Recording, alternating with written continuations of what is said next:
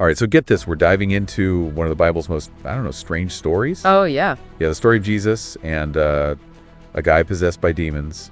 And then there's a herd of pigs involved, too. Oh, okay, the one in Mark, right. Exactly, Mark chapter 5.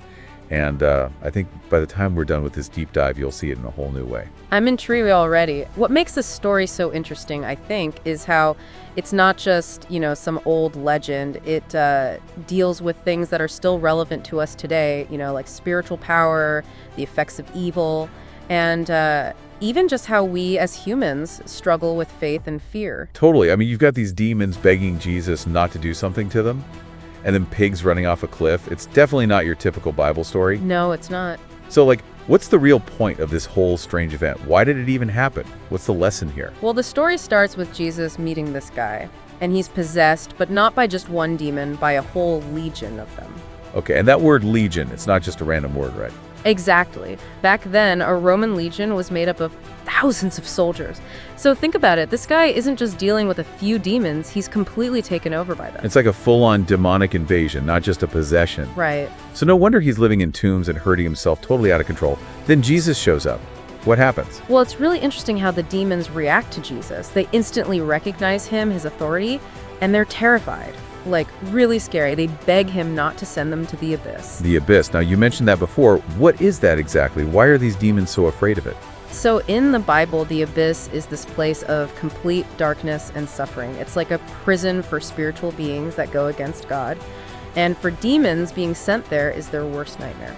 Wow, that sounds pretty intense. So even these powerful, evil beings, they're under a higher power. They can't even do anything without God's say-so. That's kind of a big deal, wouldn't you say? Absolutely. It shows us that even though there's darkness and evil, there's something even stronger, something that controls everything in the end. Yeah, that's a powerful thought. But then the story gets even weirder. These demons, they ask Jesus if they can go into a herd of pigs that are nearby. And Jesus, he lets them. Why would he do that? Yeah, that's a part that people have been trying to understand for ages. One way to look at it is that by letting the demons into the pigs, Jesus made something invisible, visible. The pigs getting destroyed, that becomes a real-world example of the chaos and destruction that demons cause. So it's like a visual representation, right? He's showing everyone, look, this is what evil does. This is how much damage it can cause. Exactly. It would have had a powerful effect on the people back then. They knew how destructive a herd of pigs could be. But there's also something else to consider. Remember, Jesus always cares most about people. You mean the guy who was possessed? Yeah, him. By getting rid of the demons, even if it meant the pigs died, Jesus was putting that man's healing and well-being first. It shows how far his compassion goes and how he'll do whatever it takes to bring healing and make things whole again. I get how the pigs dying symbolizes how chaotic evil is, but it seems like a pretty big price to pay. Couldn't Jesus have helped the man without sacrificing the pigs? That's a question a lot of people have asked. Some scholars think that maybe the pigs meant something specific back then. Maybe they represented something unclean, impure. So destroying them could be seen as Jesus cleansing the man from everything that was corrupting him. So there's more to this event than what we see on the surface. It's not random destruction, it's something done on purpose with a deeper meaning. That's it. It makes us look beyond the obvious and think about the deeper meanings in the story. Okay, so we've talked about the pigs, but let's not forget about what happened to the man. The demons are gone, and now Mark tells us he's sitting there calmly, clothed, and in his right mind. It's like a total turnaround from that wild, tormented state he was in before. Right. That transformation shows just how powerful Jesus is. He can redeem and restore people, even in the most extreme situations. It gives hope. No matter how broken or lost someone seems, there's always a chance for healing and wholeness through Jesus. It's a powerful image of redemption. For sure, it really speaks to the power of faith to change things. But now comes the unexpected part. The people who saw this miracle, instead of celebrating, they're actually afraid of Jesus. And they ask him to leave. I know, it's pretty strange. Why would they react with fear to someone who just did something so amazing? Doesn't really make sense, does it? Not at all. You'd think they'd be thrilled, maybe even throw a party for Jesus. But no, they want him gone. What's the deal with that? It's like they're just rejecting this incredible miracle that just happened right in front of them. Why would they push away someone who can heal and restore people like that? It's a part of the story that has really confused people for a long time. On the surface, it just seems like they're afraid of the unknown, of how powerful Jesus is, but maybe there's a deeper reason behind their fear. Okay. What could be so scary about Jesus' power that they'd rather have him leave than stick around? Well, let's think about, this is a small community. They probably depend a lot on their animals for their livelihood. Losing that many pigs all at once would have been a huge financial hit, maybe even devastating for some families. So are you saying that maybe they're scared because of money problems, that they care more about their stuff than about the miracle they just saw? Could be, right? Maybe they valued their pigs, their comfort, their feeling of security more than the spiritual freedom that Jesus offered.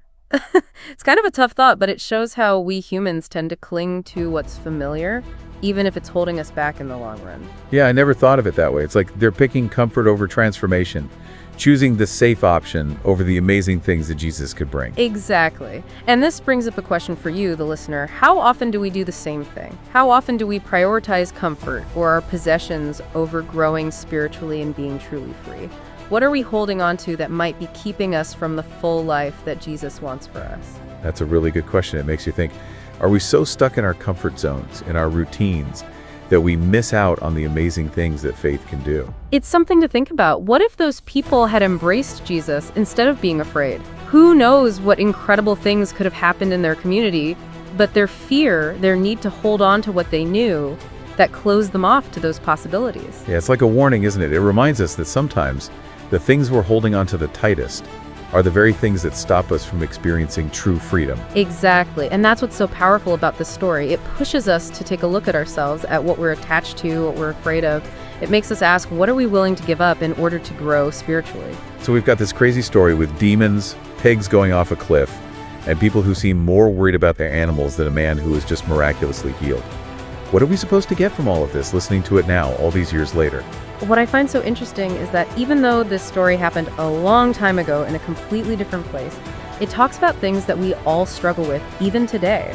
The fear of the unknown, the temptation to stick with what's comfortable, the challenge of surrendering to something bigger than ourselves. These are things that people have dealt with forever. It's like those people represent a part of all of us, right? That part of us that doesn't like change, even when it's good for us. The part that wants to play it safe instead of going for something truly amazing. That's exactly. And the story wants us to see those tendencies in ourselves. What are we clinging to that might be keeping us from experiencing the full life that Jesus offers?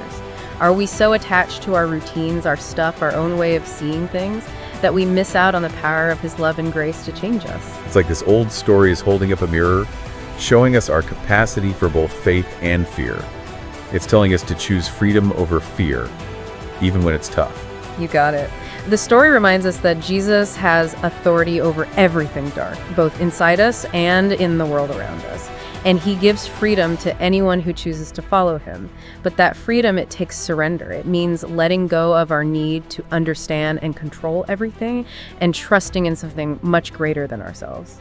So it's not just about believing in Jesus, it's about really letting Him take control, letting Him transform our lives, even if it means leaving our comfort zones. Exactly. It's about realizing that sometimes the things we think are the most valuable are actually holding us back. And sometimes the scariest choice, letting go, stepping into the unknown, is the one that leads to real freedom. That's deep. And it goes back to the people in the story and their fear. They were so afraid of losing what they had that they missed out on something much, much better. They chose what was familiar over something new, comfort over transformation. And that's the challenge for us too, isn't it? To recognize the pigs in our own lives, the things we cling to that are actually getting in the way of our spiritual growth. The things we may need to let go of to really experience the freedom and fullness that Jesus offers. Exactly. It's a journey we're all on. It's about surrendering and realizing that true freedom comes not from holding on tight, but from letting go. It really makes you think about what we're holding on to, those things that we think are so important. But maybe they're actually holding us back spiritually, like you said, those pigs. Right, and it's not always easy to figure out what those pigs are in our own lives, you know? They can be all sorts of things like material possessions, relationships that aren't good for us, habits that are hurting us, even some of our deepest beliefs if they're not helping us anymore. So then how do we know?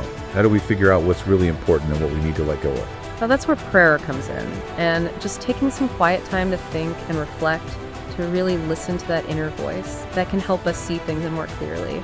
But sometimes it takes a lot of courage to face the things we've been holding on to honestly ask ourselves if they're moving us in the right direction. So we need to go through our spiritual stuff and get rid of the things that are weighing us down. Exactly. And letting go, it's not always a walk in the park. There might be resistance, fear, even a sense of loss. but the freedom you feel when you finally let go of those burdens, it's incredible. This whole deep dive has really given me a lot to think about. It's amazing how a story this old can still be so relevant to us today. That's the beauty of these ancient stories, isn't it? They offer timeless wisdom. It's guidance for us no matter what time we live in. So as we wrap up our deep dive into this story of the demon-possessed man and the pegs, what's the one thing you hope our listeners will take away from all of this? The main takeaway for me is this. Jesus has the power to free us from anything that's holding us captive. It could be something like a literal demonic force, or it could be those metaphorical pigs we've been talking about, those things we cling to. But to experience that freedom, we have to surrender. We have to let go and trust that He'll lead us to a life that's more meaningful and fulfilling. And that's surrender, letting go. It can be both scary and freeing at the same time, right? For sure. It's a leap of faith. It's stepping into the unknown. But if we can overcome that fear, we'll find a freedom and a joy that we can't even imagine. So to everyone listening out there, here's something to think about. What are your pigs? What are you holding on to that might be preventing you from experiencing the true freedom that Jesus offers? What do you need to surrender, to let go of, so that you can step into the life you were meant to live? Take some time to really think about that. Listen to your heart. And trust that as you surrender to Jesus, He'll guide you to a place of greater freedom, purpose, and joy than you ever thought possible. And that's a wrap for this deep dive. We'll be back next time with another fascinating story. Until then, keep exploring, keep questioning, and keep seeking truth.